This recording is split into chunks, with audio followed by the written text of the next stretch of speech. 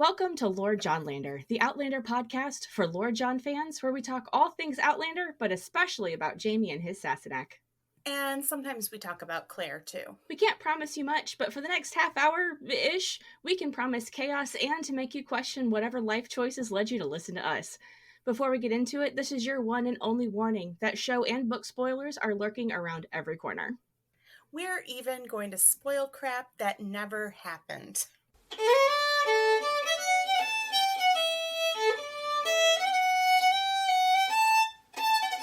Hello, welcome to Lord Johnlander. We are your hosts. I'm Mistress Pandora. You can call me Pan. That's kind of a mouthful. And my co-host is here as well. Hi, everyone. It's Beth, JeSuisPrest. And we have a special guest again. Ness, Geek in the Pink, is with us again. We had so much fun last time in that short little teeny tiny episode. We wanted to get her right back for the next one. Such a small episode. Couldn't get my opinion out at all. I thought I had to come back for a third one, you know. I'm so glad you did. Thank you for joining us. We didn't get to talk about Dougal at all. Not at all. I have to get into it, you know. So, I'm going to go ahead and just say it because this episode is turning into the Macbeth of the podcast. It's kind of appropriate, really, if you think about it. This is the Scottish episode. Mm-hmm. This is our fourth attempt at recording it. Having one issue or another, like we've tried, like timing didn't happen, like we just, because life, man, just life. Mm-hmm. And then we had technology. some technology and then yet more technology. And then this evening it was like more life, but darn it, we're determined. So let's do it. It is nearly 10 o'clock in the evening for us as we're recording this episode. Who knows what's going to happen? Yeah. It's insane. And who knows what we'll say? And I'm pretty sure it's cursed, so yeah. you know. At this point. We're all going to be canceled by the end of this episode somehow, even though we're like... We're not syndicated. No, exactly. We're just trying to live through it at this point. So, if it's a little rough, I mean more so than usual, we appreciate you being patient. There you go. All right. So, Beth wanted to talk about what a bottle episode is because we mentioned it last episode talking about Rent. And I just kind of did the thing where I smile and nod because I don't watch enough TV or movies to actually have a way of speaking intelligently about these things. So for our corrections and clarification segment this week, I'm going to hand it over to Beth and to Ness, who do actually watch more than just Outlander and can explain what a bottle episode is. There we go. Yeah, so it's kind of apropos to explain today because the Garrison Commander is a bottle episode.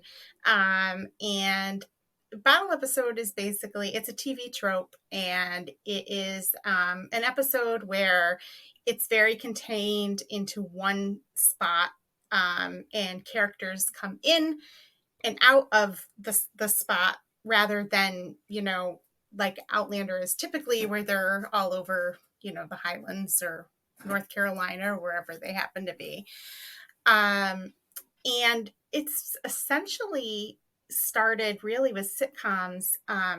If any of you people are old enough to remember when, you know, sitcoms had like 26, 35 episodes in a season. So many. You know, so many.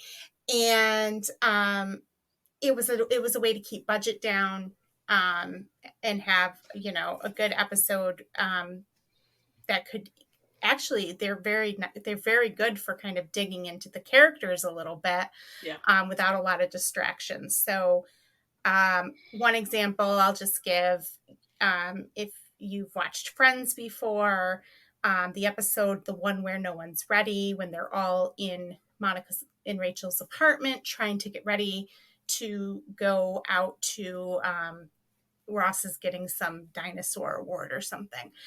I'm sure that's how they said it, you know. I'm sure they did. Someone made that joke. Yeah. So, but this is a bottle episode, and this is actually one of my favorite episodes because it really digs into the characters, and we get to know Black Jack Randall really well, for better or for worse. Definitely for worse. Definitely for worse. Definitely for worse. Definitely for worse. Yeah, and now that we've had so much time to ponder this, I was thinking too that it was these 3 episodes, like specifically Rent, the Garrison Commander, and then even the wedding, are like I would say probably the most, like I would say some of the most, at least the 3 most monumental episodes of like the first half of season 1, and there's stuff all throughout those 3 that will affect the series until the end, and definitely stuff that is super relevant until the end of season 2, very like specifically. And this episode 106, the Garrison Commander, is a bottle episode. It has that kind of self-contained story, and it will it kind of digs deeper even into, you see different sides of Claire. You could even argue you could see different sides of Dougal, and then you even there's even a cast of characters who you'll never see again, which is kind of interesting, and we'll get into that. So yeah, this episode, like, really, like you said, Ness, this one and then Rent and Wedding, and the wedding as well, they really do dictate where the rest of the series goes. It really sets the stage as we are supposed to root for the Highlanders, and we're supposed to boo hiss the British. Yeah, that's definitely what it is. I mean, I'm really American, if you can't tell by my accent. But I'm always boo hissing the Redcoats, except for Lord John. Just as a general rule. But yeah, so we start this episode picking up right where the last one left off, on that cliffhanger where Jeremy Foster has asked Claire, "Are you here of your own free will?" And she doesn't answer, which is the answer. So now here we go to meet his superiors, and we get trapped in this bottle. See, I was paying attention. There you go. we get trapped in this bottle with this cast of really annoying officers around this. The most annoying. Peak annoying. And including one of your favorites, Ness, the Brigadier General Sir Oliver Lord Thomas. What? What even? Okay, and so I think this is this recent rewatch, I think is the 3rd time I've seen this specific episode. I do think it's one of those episodes where I think it makes total sense that it's one of Beth's favorites, but I do think it like takes a lot of emotional energy out of me to be able to watch this one, so I don't watch it in compared to the probably 6 or 7 times I've seen multiple other episodes.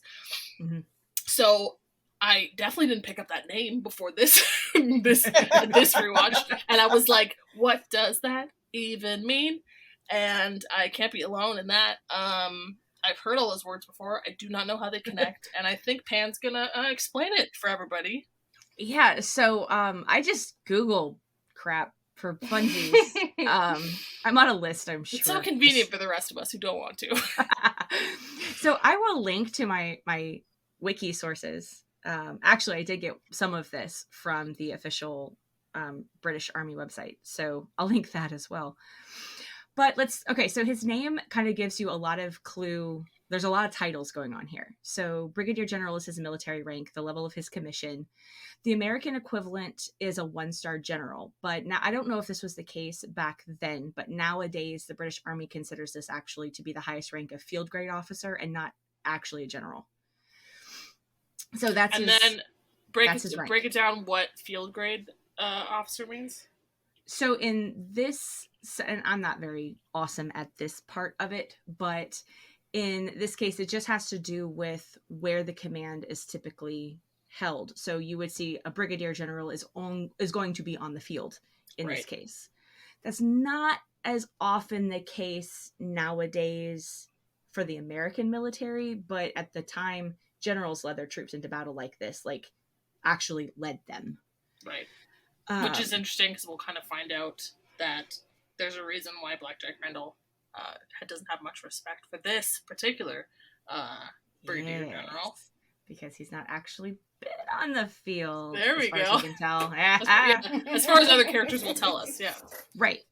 So then Sir Oliver tells us that he's been knighted, Sir being the title of a knight in this case, or the honorific of a knight, Oliver being his first name. Lord Thomas, so this was a little bit weird because when you get into like the British nobility, unless you're just really, really used to it, and I don't know how used to it people are anymore. But if that's his last name, then he's probably a baron or some other hereditary title in the vicinity. So that last name there is the hereditary one.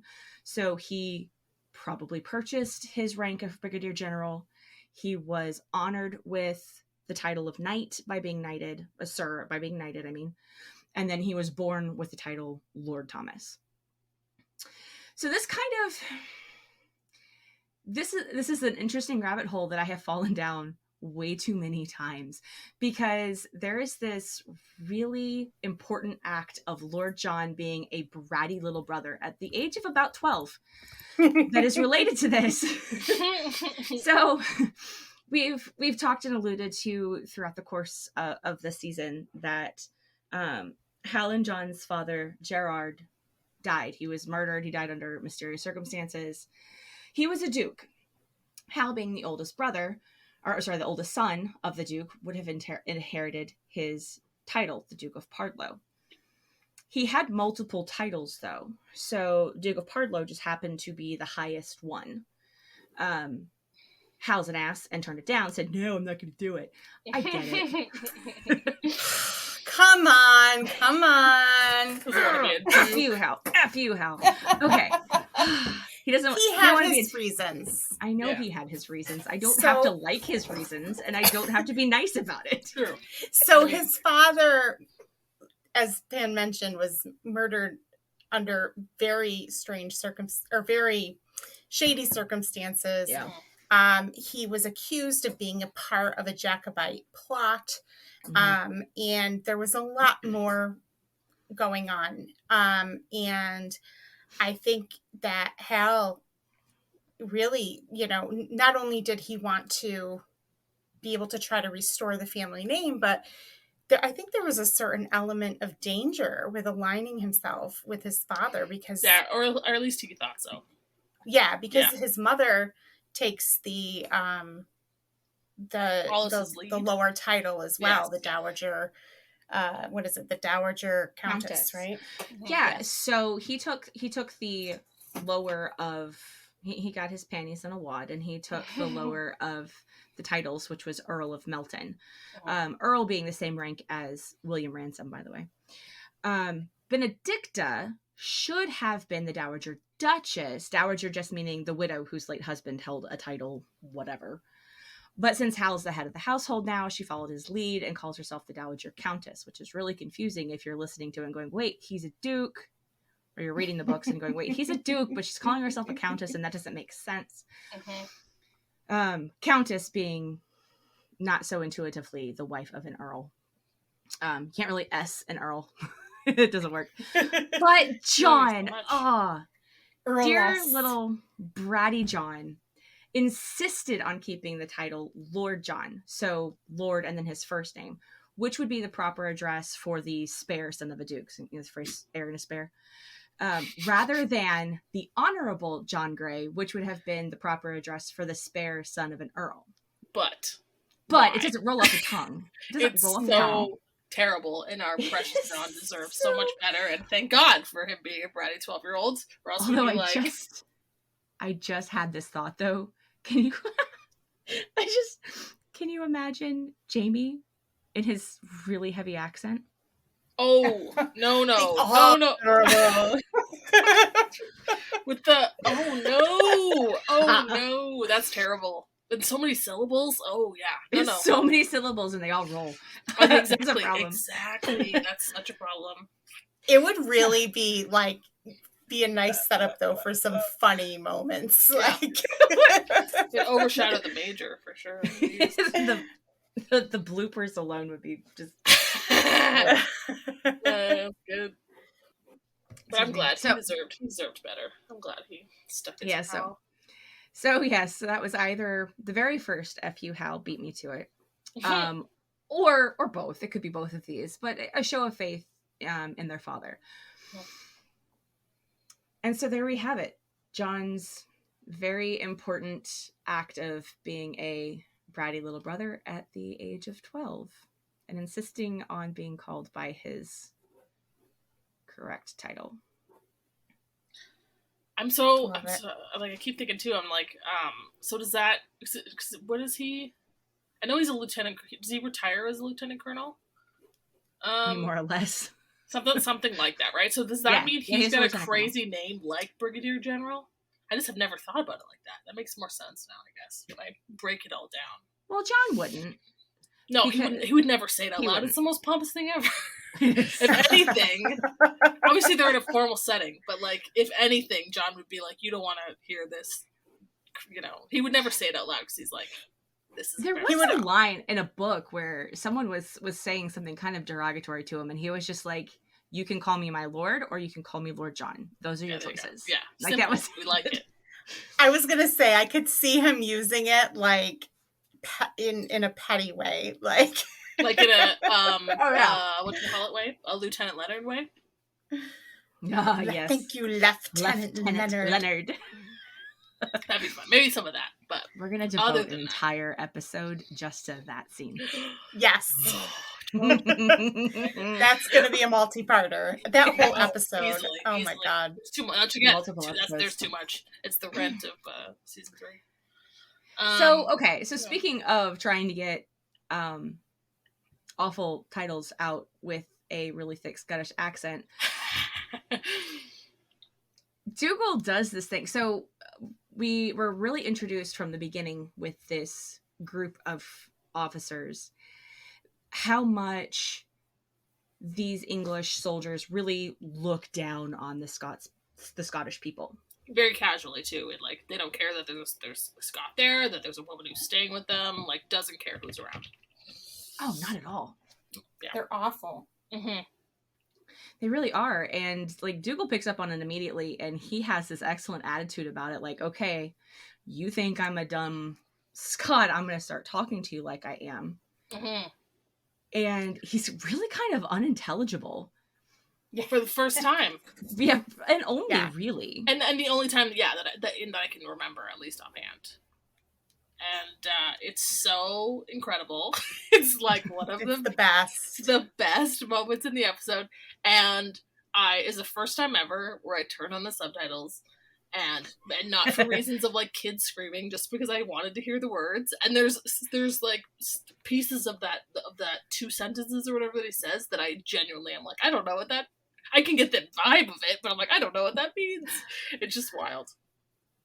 It's kind of the Scottish version of the bless your heart. Yeah, I've done in the grocery store when someone is just being really rude. You know, like my country comes out, and it's, oh, bless your heart, your mama didn't send you to charm school. I'm so sorry. I'm embarrassed for your mama. And they look at me like I'm insane. Sounds so much he better. Even says like at the end, he's like, "If it please you" or something. Yeah, it's just gotta be. Yeah, that's the best part. It's like gotta be the direct correlation of "if it please you" to "bless your heart." Bless your heart. There you go. That's exactly what it is.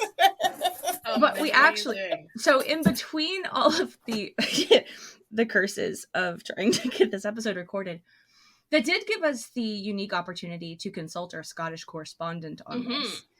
And what Dougal is saying is really more Scots than it is English. It's not Gaelic. It's more Scots, which really was not spoken in the Highlands at all. No, that it was spoken in the Lowlands, and the Highlanders spoke Gaelic as their first language, and then what's called like Scottish English, which that's where you get the like bairn, and you know, it's a drake. I don't even know if I'm saying it right. You know, or like Ken and all that. Yeah. Ken and Dinah and those things. That's more just like a just known as like a Scott. I see. I can't even talk. Scottish English. We got you. Which I think some people, and I don't want to get too like the more you know about this, but you know, Scots people confuse, I think, Scots and Scottish English, and they think that Scots is just a dialect, but it's actually its really own language. Yeah. Oh, yeah. Because even if those are like this, so those two parts of those sentences, like you don't like those are not words that anybody who speaks English would recognize. Yeah, it's it actually, I think, broke off from like Old or Middle English on its own. So while English was developing on one branch, Scots was developing on another one. So it really doesn't have a relationship with modern English, except that it has a similar relative, ancestor, whatever. Yeah, that makes sense. It's been described to me before. Scots has as, and if I'm getting this wrong, I apologize. Please correct me. I will happily include it on a correction. It's been described to me as Scots is kind of like the language you get from English-speaking descendants of Gaelic speakers. Interesting. Interesting, yeah. But it's still fun that he goes into it. Yes. A little weird because they did not speak it in the Highlands at the time, really. But I get the intention, at least. But yeah, the intent was definitely... Because it's like, it's almost... I love it because it's almost English, and it's like, it makes you feel stupid listening to it, which is, I think, is exactly the point they're trying to get across. Exactly, so I think it's forgivable. I think it's forgivable. We could ask our Scottish correspondent if they think it's forgivable. I think it's a forgivable, not historically accurate, moment. I just like it for the, hey, asshole, you're on my turf aspect. Oh, yeah, exactly. Well, and especially because there's so many minutes. It just, the thing about this episode is that the way they really, and Outlander does this well in general, but the way they just let these, like, rather incredibly beautiful moments or these, like, insufferable moments just, like, have the time of day to stretch on and on and on and make you so uncomfortable, which later in the episode, this will happen for a painful amount of time. Yeah. This is the first little, like, tease of it. You just have to listen to them kind of bash these characters who we've fallen in love with.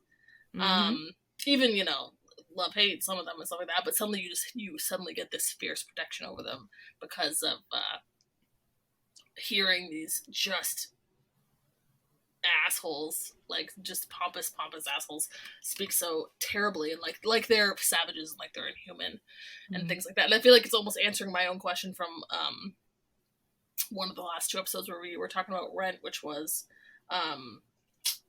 why do we remember these characters so positively when they did when they've done questionable things. And I'm like, it's probably because of moments like this and probably because in comparison to the Redcoats and things like that. And funnily enough, except for this one Redcoat who I almost feel like it's like the John replacement for season 1 and at least into season 2. He actually, this is a spoiler, but I wonder if that would even line up perfectly into John's appearance in season 2, first appearance in season 2. But that's Mr. Jeremy Foster. Well, we know John was at Culloden, and Jeremy was there too. Well, yes, so exactly. That's kind of interesting. So that'd be. I don't remember which exactly episode it is, so I'd be curious to see how that. I have to dive into that to figure that out. But I'm sure I would wonder. But it's interesting too, even how the story sets up. Oh, but there's some hope for the Redcoats. Obviously, Claire's assassinate herself, so we get there's it's not like they're saying or anybody's saying that the British as a race is horrible people by any means, but like it's interesting how the story sets up this seemingly good-natured Redcoat. We are meant to think of characters like Jeremy Foster, though, as the exception, not the rule. Yes, exactly. Yes. Yeah. And I just remembered he's at Prest and Pan's, not Culloden. Oh, okay. See that? Yeah, I was wondering if it was something because there's so much at the end of season 2 there where it's hard to keep track of that kind of stuff. Yeah, we're together. What's so interesting about Jeremy Foster too is he doesn't say anything bad about the Scots. I think he actually says something vaguely positive about them. I'm not sure if it's exactly in defense, but it's something generally positive. And then The only time he's kind of, you can really see him stand with his troop, or I don't know what you call them, but obviously aligning with this general, because he doesn't obviously have much of a choice, and that's what he's been probably raised to believe, is when Dougal makes this comment. He has this small back and forth with Sir Oliver, and this is one of my new favorite moments that I discovered, which was they have a little banter between them, and here it is. I wrote it down because it was so fun. Jeremy Foster says, "Hold your tongue, or I'll have you," and he's about to draw his I don't know if it's a gun or a sword or whatever they have. It's a sword. There you go. The saber. At the moment. And then Dougal says, you pull that needle and we'll see who pricks who. And I'm just like, the tension. Like, instant curse ship.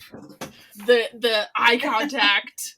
They're like really tall, big dudes who hate each other. I'm just like, easy. It's easy. Enemies to lovers, 50K. I might write it. No, I won't. Please? But I'm so... if I write something, I will not be surprised. Okay, let's be honest, though. That is not the most cursed ship in this episode. No. Oh, no. By far. It's just the little most peak. cursed one. But, okay, but you're right, though. Jeremy Foster does defend Dougal's accent and kind of... he tries to, with all due respect, yes, that's right. Sir...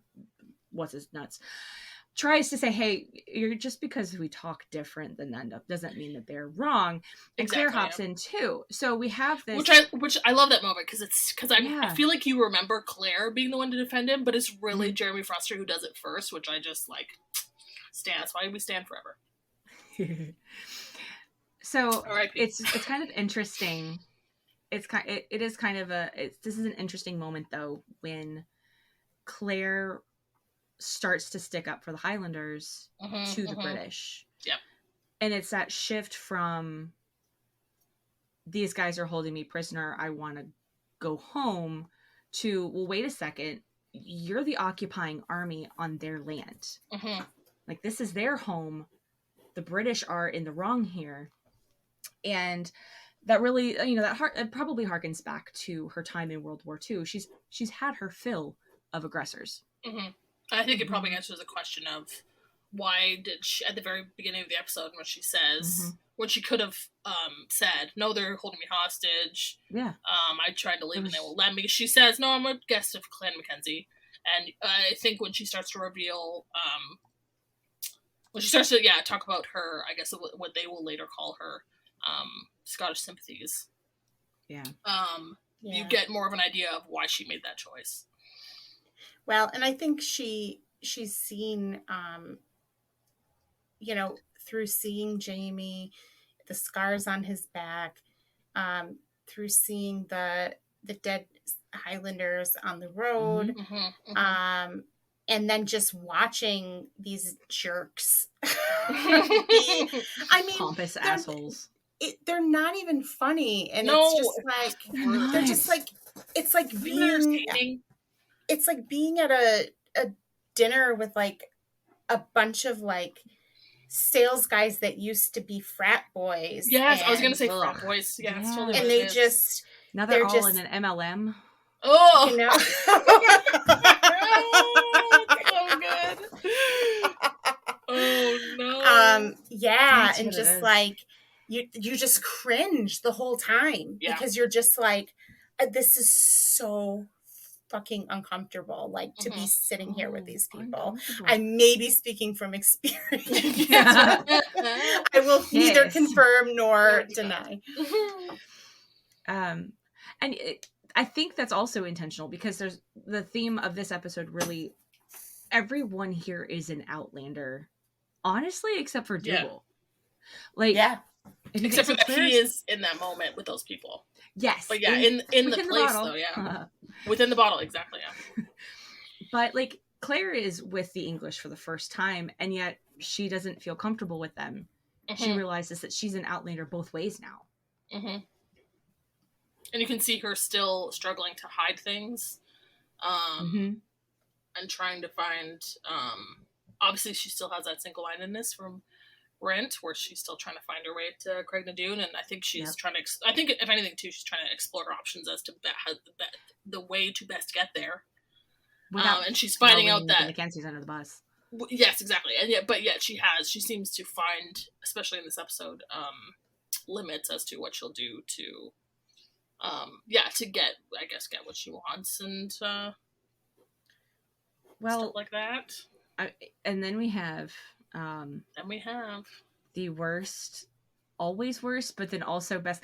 Okay, it's best in that you just get this like really visceral reaction every time Black Jack Randall enters a scene. Effective. So effective. Effective. Bad in that visceral reaction is nausea. Mm-hmm. Yes.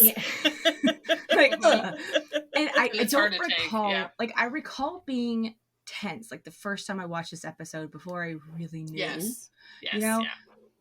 Going back and having had a couple of years now since the first time I saw season 1, going back for the first time after having had a chance to kind of really unpack and delve really deeply, way more than I wanted to, into all of the things that make up that reaction when he walks onto a scene.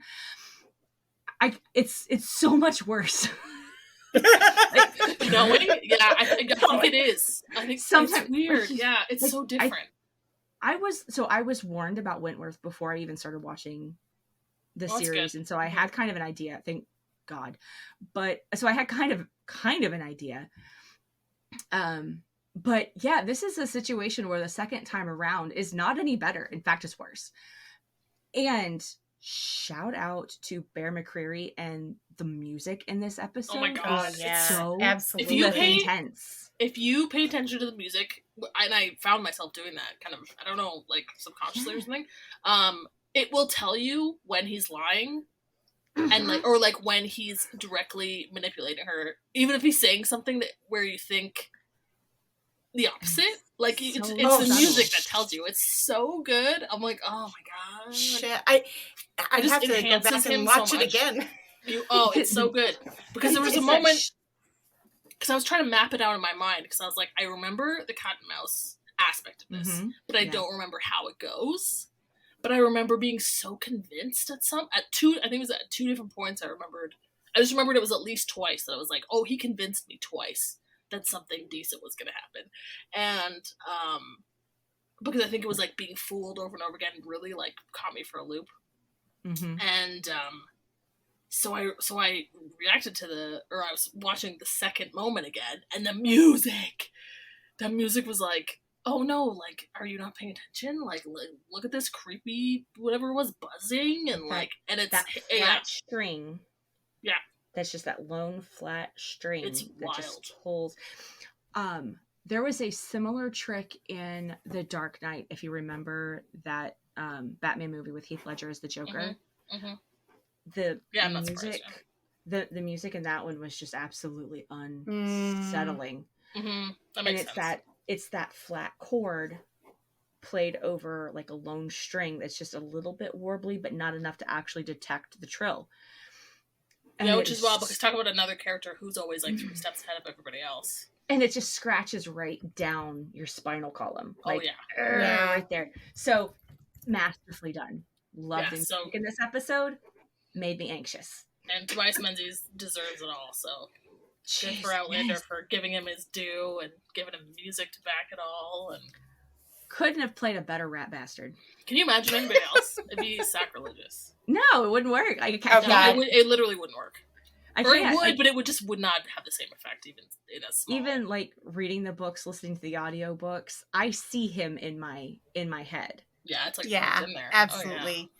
Oh, yeah. I can't imagine anyone else playing him, and I think part of it is that I think Tobias Menzies is like just a little crazy enough himself. Yeah. Seems real sweet, but what? Yeah, he can access that. Oh, absolutely. I'm not saying he's like anything like BJR, but I'm just he knows a guy. He knows a guy. Exactly. He knows a guy. Yeah, exactly. Yeah, it's a little masterclass he takes us through. this episode. I don't know how he had the energy for it. I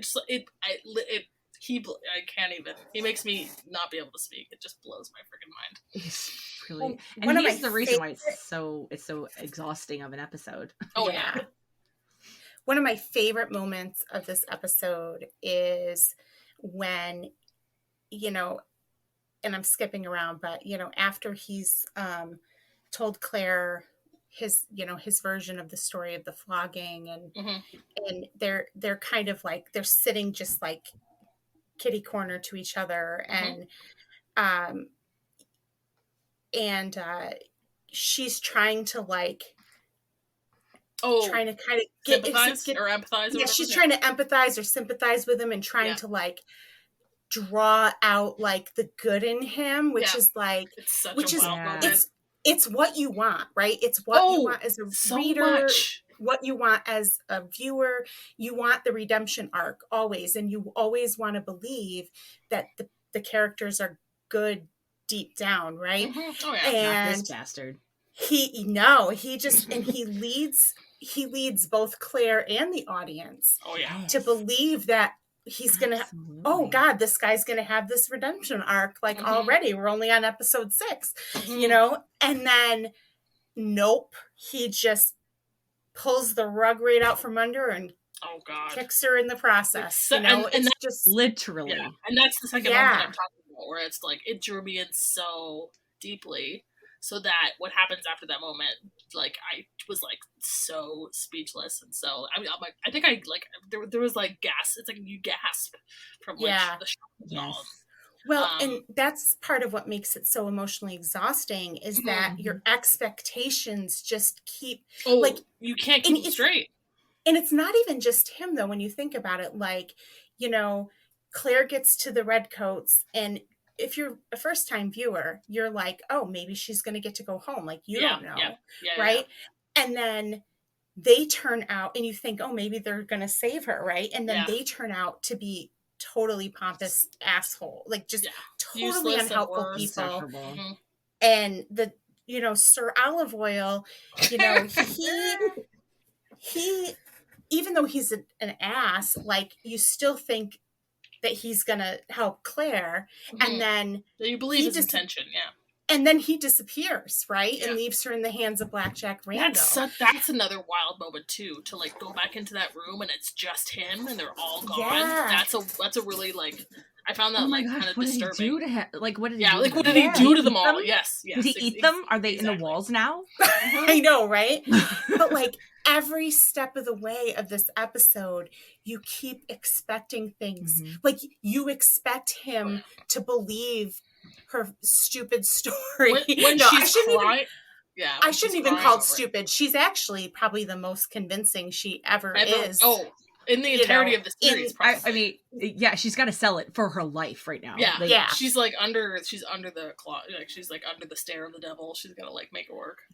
You know, so you totally think he's like, I mean, again, if you're coming into this completely blind, you have no idea what's going on in the show, you know, you're like, oh, he's drawing her? Like, what is this happening? Is, you know, he believes her, and then it's every single time your expectation, it just gets turned and it's not at all what you expect to happen. And I think that's, even though it's emotionally exhausting, I think that's part of why it's one of my favorite episodes. I think the tension never doesn't break until the moment after you think that he's bringing her to, Craig Dude, into Inverness. Yeah. It's like light. You think there's like this happy moment. She's like smiling. She's got tears. He seems to have a lightness about him. And then something terrible happens and you like the tension finally breaks because you finally figure out his where he was all along. Obviously he assaults her super violently and terribly, and makes another person who doesn't want to do it to her as well. It's so terrible and horrible to watch, which will be a theme for BJR appearances in upcoming episodes until he's gone. And he really gets off on that kind of thing. Yeah, in which we learn. And what I think is interesting, too, is when you know that this is the trajectory of the episode, I was seeing things like so when she comes back into the room and all of the other officers are gone, including Sir Oliver, who told her that he will figure a way to get her to Inverness. He's being shaved by another lower rank, a corporal, that's what it is, it's a corporal. And he is without a care in the world. He's very focused on his interrogation. And this corporal is terrified for his life, as he should be. Yeah. Trying to shave this man who could give three shits about staying still, and is not afraid of the straight razor. Is not afraid of it. You know what? And though? So something that struck me about that scene. So from the moment that Randall walks in to this room, at the very beginning, we see right away that he's an outlander among the other officers. Yes, yeah, he does not fit in. He's kind of an outcast, which is interesting because throughout the first couple of seasons of the series, he's really used as kind of like this figurehead, this representation of the oppressiveness of the crown against the Highlanders. Yeah, I forgot how how disheveled and I never remember that about him. I never remember that about him. We don't think of him we don't think about that when we think about him. No. When we fail. And yet it makes such an impact when he walks into the scene for the first time. It's like absolutely does. And you know what I love about that too? This time when he walked in, because I couldn't remember exactly when or how it happened, I was relieved. I was like, yes, give me PJR. I'm so sick. I'm so sick of olive oil. I'm like not getting enough of Jeremy Foster. Dougal is gone, and I'm upset about it. I want him back, and I'm like, oh thank God, someone interesting, someone to rather focus on his insanity than these other dummies. Like I was relieved. But something I thought that was really something that really struck me when Claire walks back in and he's getting the shave is that corporal is so terrified of him. Yes. Mm-hmm. So terrified. And honestly... And it should tell you a lot, yeah. It does. And like, honestly, if you have no idea what's going to happen in the future, just that interaction with, okay, I get it. If you're nervous because you're shaving your boss with a straight razor, which is really weird. Okay. Like, he can't do it himself. I mean, right. So like there's some nervousness there, but he's like trembling. Oh yeah. While he's absolutely. And warning him not constantly. Which is not a trait that you want in the person holding a straight razor to your throat. No. This is a general rule. But he's terrified. He's absolutely freaking terrified. That struck me. Like, it was almost jarring how scared he was. So, like, what has he done? What has Randall done that this corporal knows people about? know? Like, yeah, exactly. Yeah. How much of his reputation does he already have? It's so interesting because we know so much about Jack Randall's psyche by the end of season 2, right? It's fucked up. That's what we know. But we don't. I love this. Yes, I know what you're going to say. What we know about him is so little. It's so little. The tip of the iceberg. Yeah. Yes. I mean, there's so much we don't know, and there's like hints of things from his past, but it's never, there's. I think that's why those moments are so delectable and stuff too. When you get his brother and stuff, you're like, oh my God. Yeah, there's like, someone going to tell us why? Yeah, but there's like subtleties of like things that you might pick up on, but you're not really sure. And it's just so much of him just remains a complete mystery. Yeah, no, it's so true.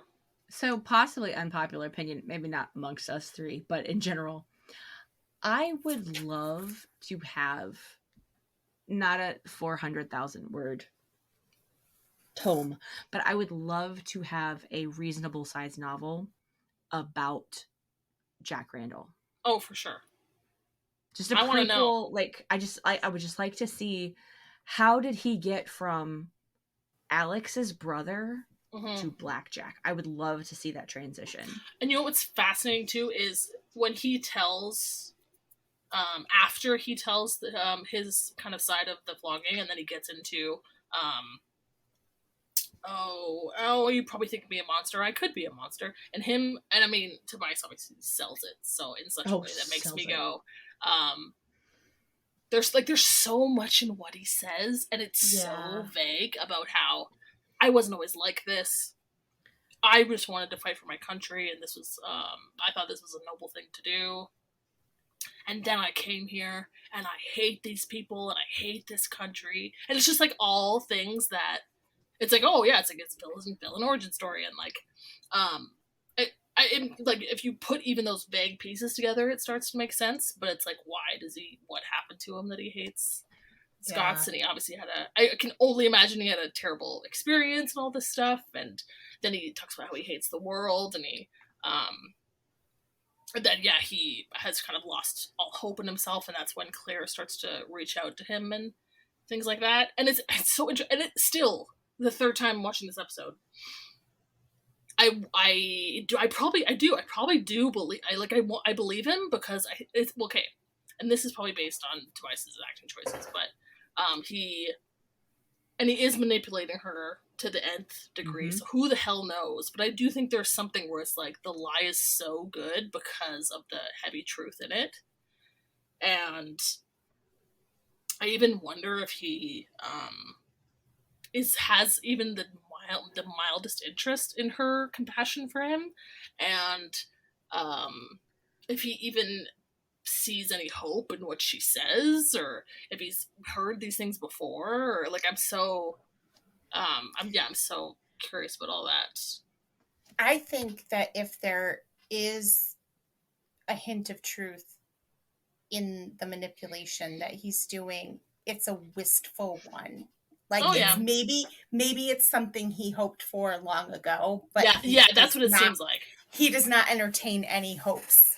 Yeah, he's been there before, but he's kind of over it now. Yeah, that and makes sense. He really revels in it now. Like, he's just, like, he doesn't even want to hope something like that because he revels in being this monster. And I have to say, it's interesting. We talked about, you guys just mentioned like the origin story, and like part of me is like, of course you're like always wanting more about characters and understand them, but at the same time, like I don't know if the mystery is sometimes better than the reality. I get that.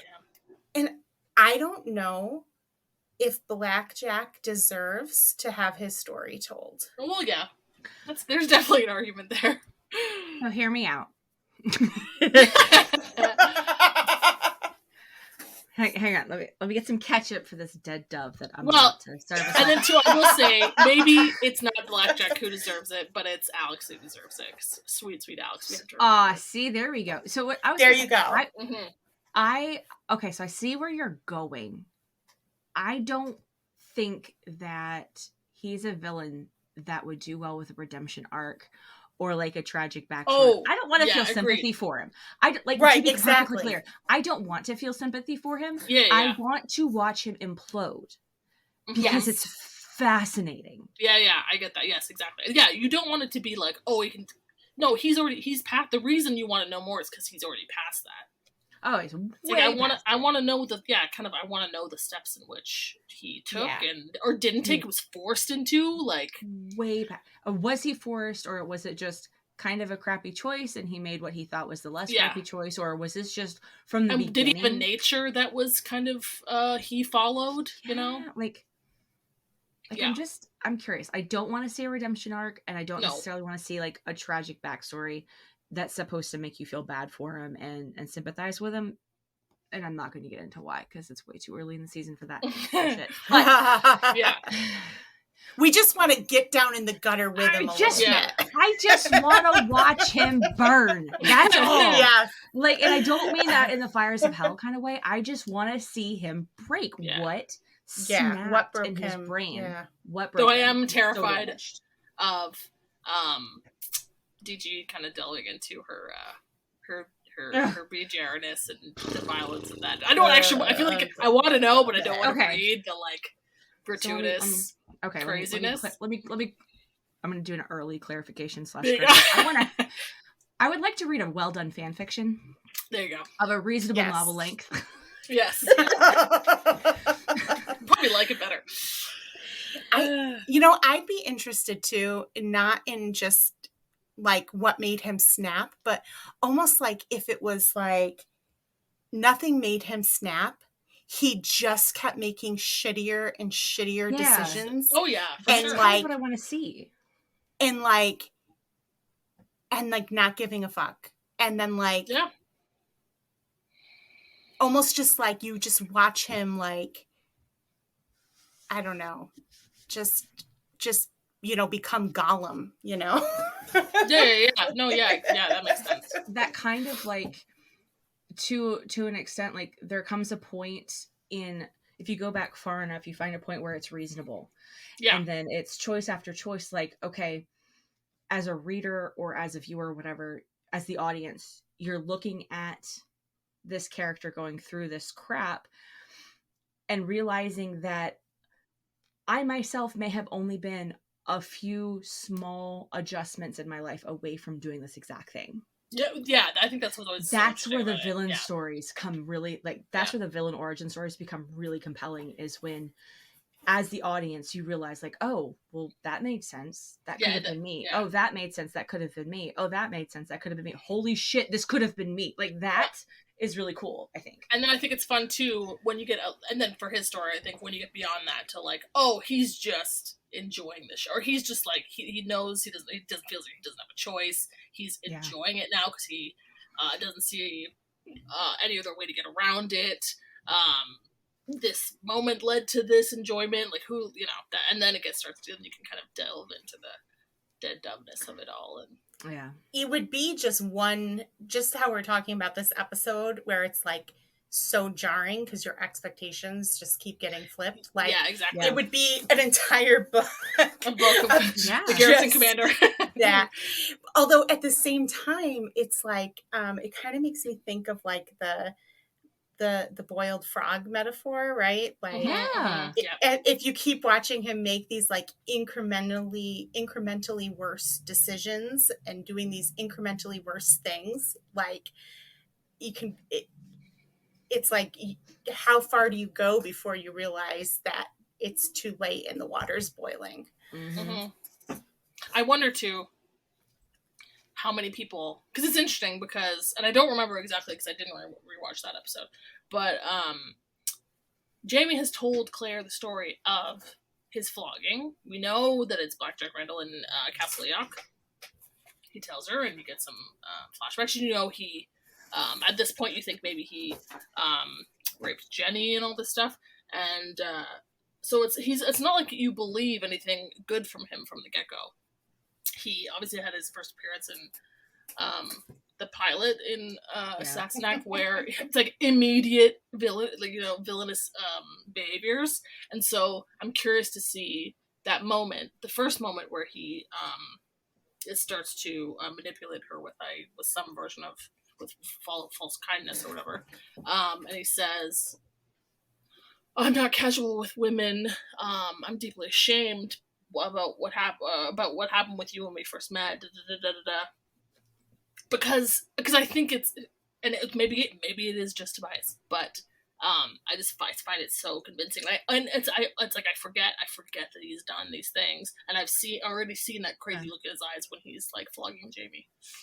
Well, I think part of that is the brilliance of casting the same actor as both Frank and Black Jack Randall, 100%. Because you can't look at Black Jack Randall without being reminded of Frank, and that can lull you at first into a false sense of security. And especially to want a redemption arc, I think. And too, it helps, if you want it even more. Yeah. Mm-hmm.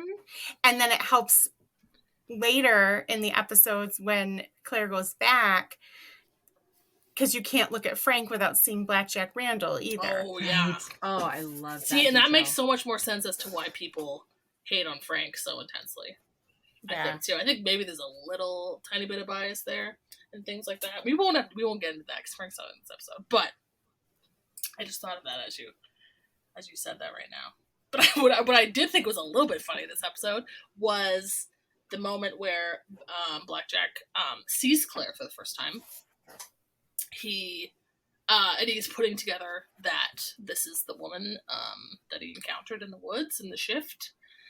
And I just love their little staring match where it's so like it's also bold, and everyone, I think it is the Olive Oil who's finally like, hello, other people are in the room, and can you tell us what's happening? Because in that moment, Tobias Menzies and Katrina Balfe have never had more sexual tension in the whole of the series. I swear to God. I'm just like, and her weird little smile, I'm like, what is that about? Like, aren't you?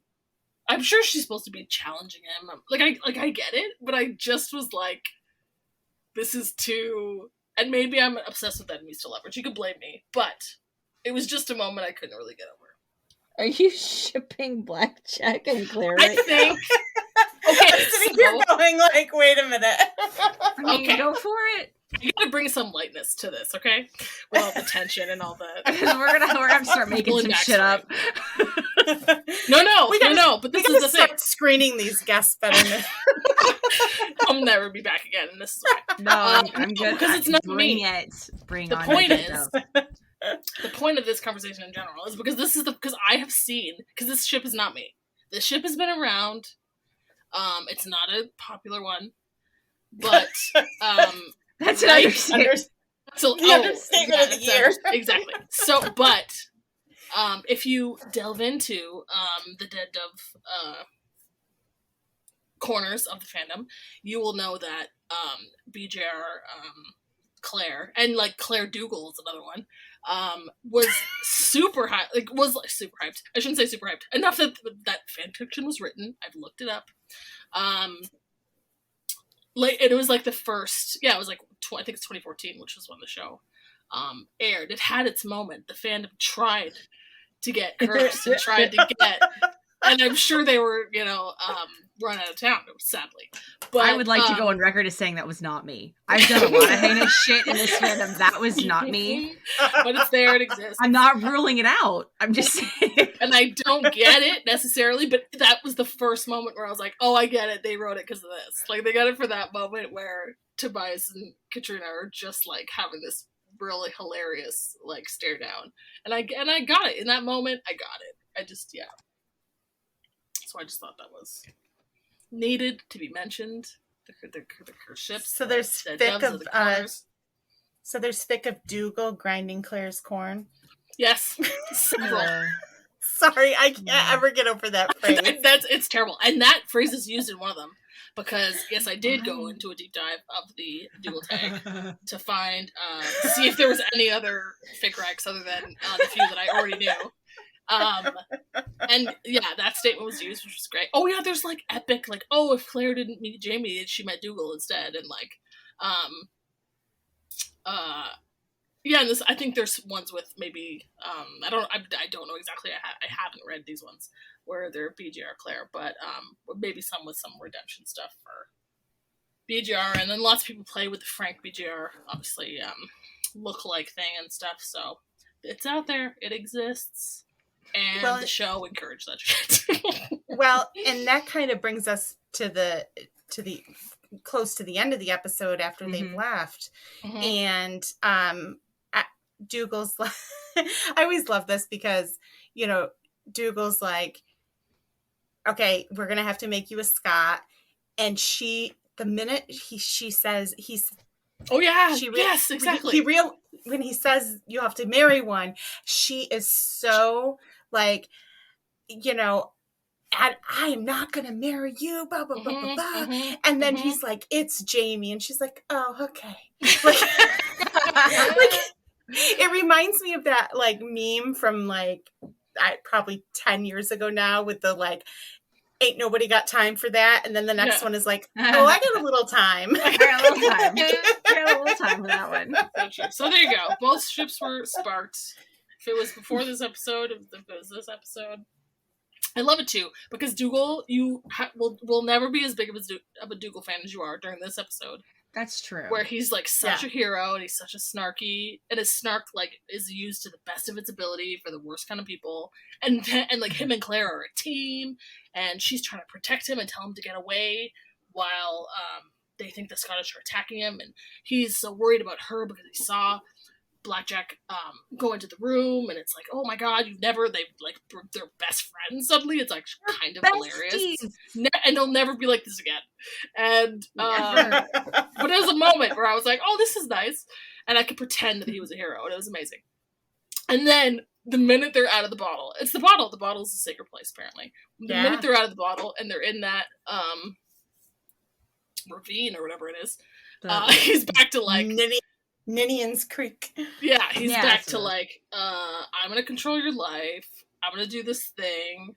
And you think that he's gonna force, because I don't think you you necessarily know that he's married and things like that until later on. But I think the audience believes along with her that he assumes, or that he's trying to get her to marry him. Yeah, definitely. I remember the first time I watched being like, is when he said it was Jamie, I was like, oh, like this is happening? How convenient. But let's talk a little bit about the interaction between Jamie and Claire. We gotta get to Jamie. We gotta get to him. How do we, he's barely in it, and yet, I mean, luckily, we got lots to concentrate on before he comes in, but then here he comes. You can breathe a sigh of relief. Yeah, and Claire is, reading the wedding contract, which I'd like to point out that this is like such a huge like miss on the writer's part here, where she's reading the wedding contract with his name on it, and then in the next episode she's like, right, oh my god, know your name, because it shows it. They show his full name. It's so dumb. God, like all you had to do was take that out, or you had to like just cut the scene so that you just showed her name. Or I know, oh my god, so dumb. To be fair, he comes over and just hands her a big old mug of booze. Yeah, he does. Yeah, she is getting pretty drunk. That is completely plausible. That's an understandable reaction. She's once again being like drowned in the booze, even though she's saying, "Oh no, I have to keep my wits about me." It hasn't followed that rule at all. Not even a little. She guzzled the claret again. I do think though that it's, we get the first glimpse of them being really like just open and honest with each other with their conversation, and it's cute because Jamie is just like, he's like so excited. He's so excited, trying to keep it together. He's trying to like act like it's no big deal. Like he's like, yeah, I figured I'd marry you. Yeah, no big deal. Like, and he's like, I'm trying to be so self-deprecating about it. He's like, have some booze. You're obviously like, don't want to marry like this piece of ass. Like, there's nobody else. I'm not really much of a catch. Yeah, I'm like wanted for thievery. No one wants to marry me. Which is a good point. It is a good point. At least this is out of the frying pan into the fire. Yeah, because it really feels like, oh, how convenient, she's gonna marry Jamie. And I remember thinking originally when I didn't know the story, when I was watching it as a premiere, I was like, oh, this is like, usually there's just like a bit of a more subtle way for the characters to get together, like they fall in love first or some shit. But it's like, no, they're just gonna like, but at least they have that. He's not going to marry anybody else. He doesn't have prospects. He really is the best kind of... He's mostly, for the most part, he's well-suited for this kind of insane save her marriage. And we know, we've already established that Claire likes bad boys. So, yeah. So she wasn't going to say no. She can pretend all she wants. She does not care about those red flags. She's just... not... Let them fly, honey. Let them fly. And I guess in it's Jamie's defense here. If you're gonna marry someone who's as wanted by the British as you are, at least it's him. Like at least it's him, and he rolls deep with his clan. So like it could be worse. Well, and It could he's be got safer, and he- but it could be worse. And if, as we'll know later, if everybody gets their shit together, he could be a laird. She could be marrying up. This could be a good situation for her. You know, maybe she's doing some kind of windy road in to a better life, like a la Galus and things. She's just kind of doing it on the off beaten path, you know. She wants that Bonnie and Clyde shit. Come on. She's all about it. But what do we end well though? Well, yeah. No. That doesn't end well. Can we clarify the Jamie Boner scale, since he has his first close as far as he knows at this moment, it's like his maybe closest encounter with getting laid for the first time. Yeah, I mean, he's gotta be really excited when he goes and sits with her, you know. So I mean, like, who's the booze for? Who's the booze for, really? Yeah, exactly. That's both of them. Yeah. So we need to talk about the Jamie Boner scale, because this is the only opportunity to do this in this episode. So. But I think it's a good one. I do too. Yeah. Pan, do you have a did you break it down in your spreadsheet I'm gonna break it down now, so you guys are gonna hear my clicking. There we go. Oh, and I have to. You guys have to go first. We have to go first because we're just going up with our guts. Right. So I'm gonna go with a 4, because he's excited, but he's also nervous and he's been drinking. So it's not gonna like bring him down too much, but like, you know, he's like I think I gave him a 5 in the last episode, because he was like, you know, it was just step on me, mommy, and you know, all that shit. The best. But there's some nerves involved, so I'm gonna go with a 4. Yeah. So 4. I am also gonna go with a 4. And the nerves make complete sense. Hence he you know, obviously he brought the booze. But I also think he's leaving some room for the rejection. Even though she would be very stupid, even though she's probably going to be forced. You know, he's Jamie. He's got some chivalry about him. If she says no, he would have respected it. Yeah, and as we'll see, he's not somebody who's gonna, make her do something she doesn't want to do. So he's like, he doesn't want to. He wants a chance to like get rid of that thing if he can. So he's not gonna let it get to a 5. You know what I mean? Getting rid of his V card. Yeah, there we go. Or so he thinks. So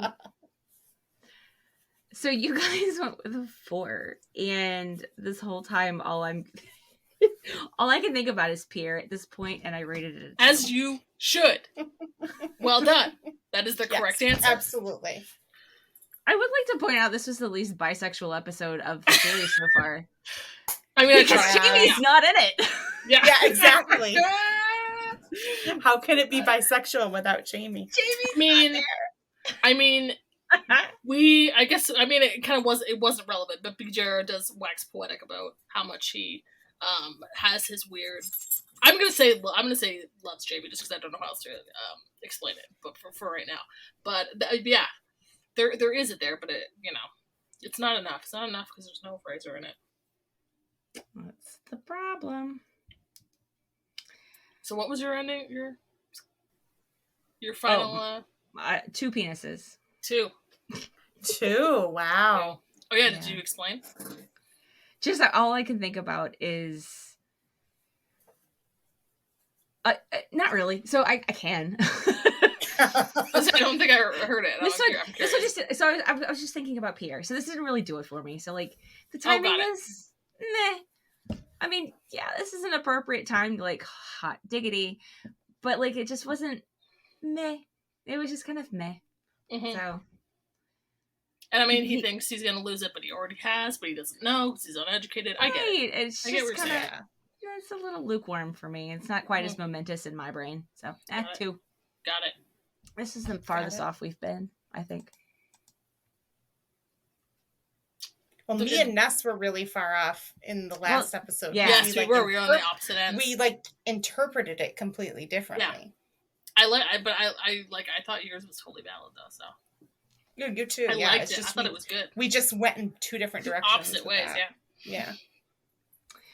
See, we can respectfully disagree. Isn't it amazing? Oh my, it's incredible. It's amazing. Are we adults or something? I don't know. No. Oh my gosh. Don't accuse us of that.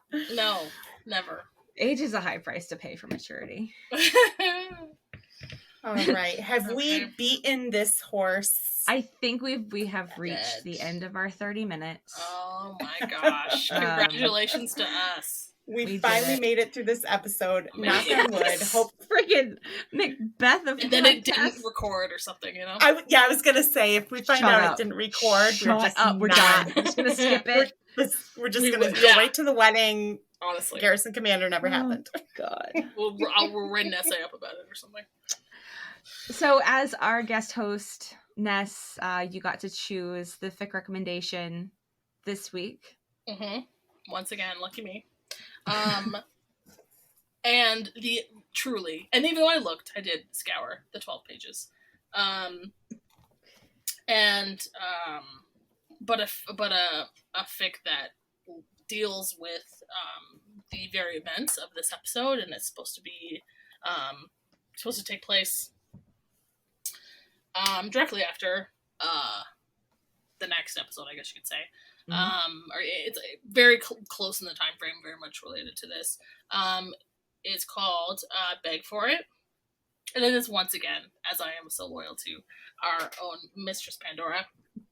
And she had a fun time one night, and she needed to get her stress and anxiety out. It was fun.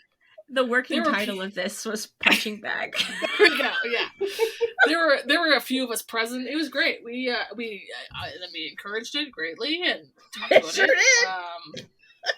extensively. I think this was like your first kind of deep dive into some real Dead Dove stuff, wasn't it? And this was one of them. Yeah, this is the darkest. Yes, yeah. So and now she's in it. She's rolling with it. It's a fun time. But this one she popped her Dead Dove cherry. She really, honestly, she went there because she was not really. You wouldn't think she'd write a Black Jack Randall fic before this, but she went there. She wrote Dougal BJR, which should make you vomit, and yet if you read this, I mean, and you can if you vomit. I don't want to judge you. You're not me. You're not weird like me. But so I got to reread it for this, which was so exciting for me because I was just reminded about how genuinely I love this. I can't even explain to you how much I genuinely love this. And obviously it's written beautifully and things like that. But Dougal comes back to Blackjack to tell him that he has no power over Claire anymore because she is no longer an Englishwoman. She is a Scot because she is married a Scot. And Blackjack proceeds to grill Dougal about the detail of it, about how he's not going to believe that she's a Scot until he hears the very dirty details of the coupling between the man and wife. Who's he more interested in? Read the fic and you'll see. It's so freaking good. It's so good. Please, for the love of God, read the tags. Every fucking one. Read the tags. I beg you. I beg you. Read the tags. I'm serious. I think if you try it, you will be surprised at how, and however it satisfies you, it has flavors for, I think, a lot of people. It's so satisfying, and I just recommend it, okay? I just do. Sam's like, please read the tags, and Ness is like, just ignore the tags. It's fine. Don't ignore it. Yeah, it has flavors. Some of those flavors are dog shit. Please read the tags. These are the every flavored bean. Oh, yeah. Read the tags. Heed the tags for therapy and protection. As always. Thank you for the kind recommendation. I will admit I have not been able to bring myself to That's read this okay. one. So I don't hold that against anybody. No. Know about it if you need to know about it. I'm just saying, if it even intrigues you a little bit, give it a chance. That is my point. You'd be surprised. We've known some people who were like, no, and then they've been surprised. That's all I'm saying. That's all I'm saying. Read the text. I to be fair, if I hadn't written this one, I wouldn't have read it either. Yeah, well, no, that's exactly what I'm saying. That's exactly what I'm saying. It's like, it's strange even for you, and now I just know you this way. It's such an interesting twist. Such an interesting twist. There's layers to this shit. Yeah. But you All might, right. and if you hate these characters, you might even, like Pan did, you might find it a fun punching bag to read. You know what I mean? There's layers. Okay. All right, you two are grounded. We're grounded. As we should be. Probably fair. We've extended this half an hour way too long. We have. Ness, thank you so much for joining us again. You guys. And if I never come back, I know why. It's because our sponsors. Our sponsors, man. Those we loved you, Ness. It was the sponsors. I'm sorry. I understand. I understand how this operation works now. It's like 11 o'clock now, and I'm officially so delirious. Yeah. Am I capable of ending the episode? I'm not even sure. I have no idea. We just gotta say goodbye. Yeah. All right. Say goodbye. Yeah. Thank you so much for listening, everyone. We'll talk to you next week. Bye. Bye.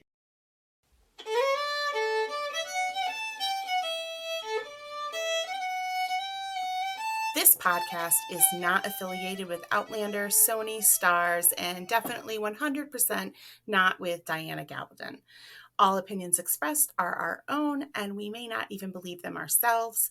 In fact, nothing in this podcast should be taken seriously as a general rule. We may not even be real people. Does this podcast even exist? This podcast is not suitable for children, immature adults, homophobes, anyone who takes fandom too seriously, people who don't understand that the characters aren't real, people with sticks up their ass, people who hate fun, and people who have no sense of humor. Do not try any of these hot takes at home. We are professionals. The FDA has not approved this podcast for human consumption. Side effects may include nausea, vomiting, the urge to send us anonymous homophobic hate, ringing in your ears, and constipation. If you experience any of these side effects, ask your doctor if dying mad about it is right for you. If you know us in real life, no, you don't.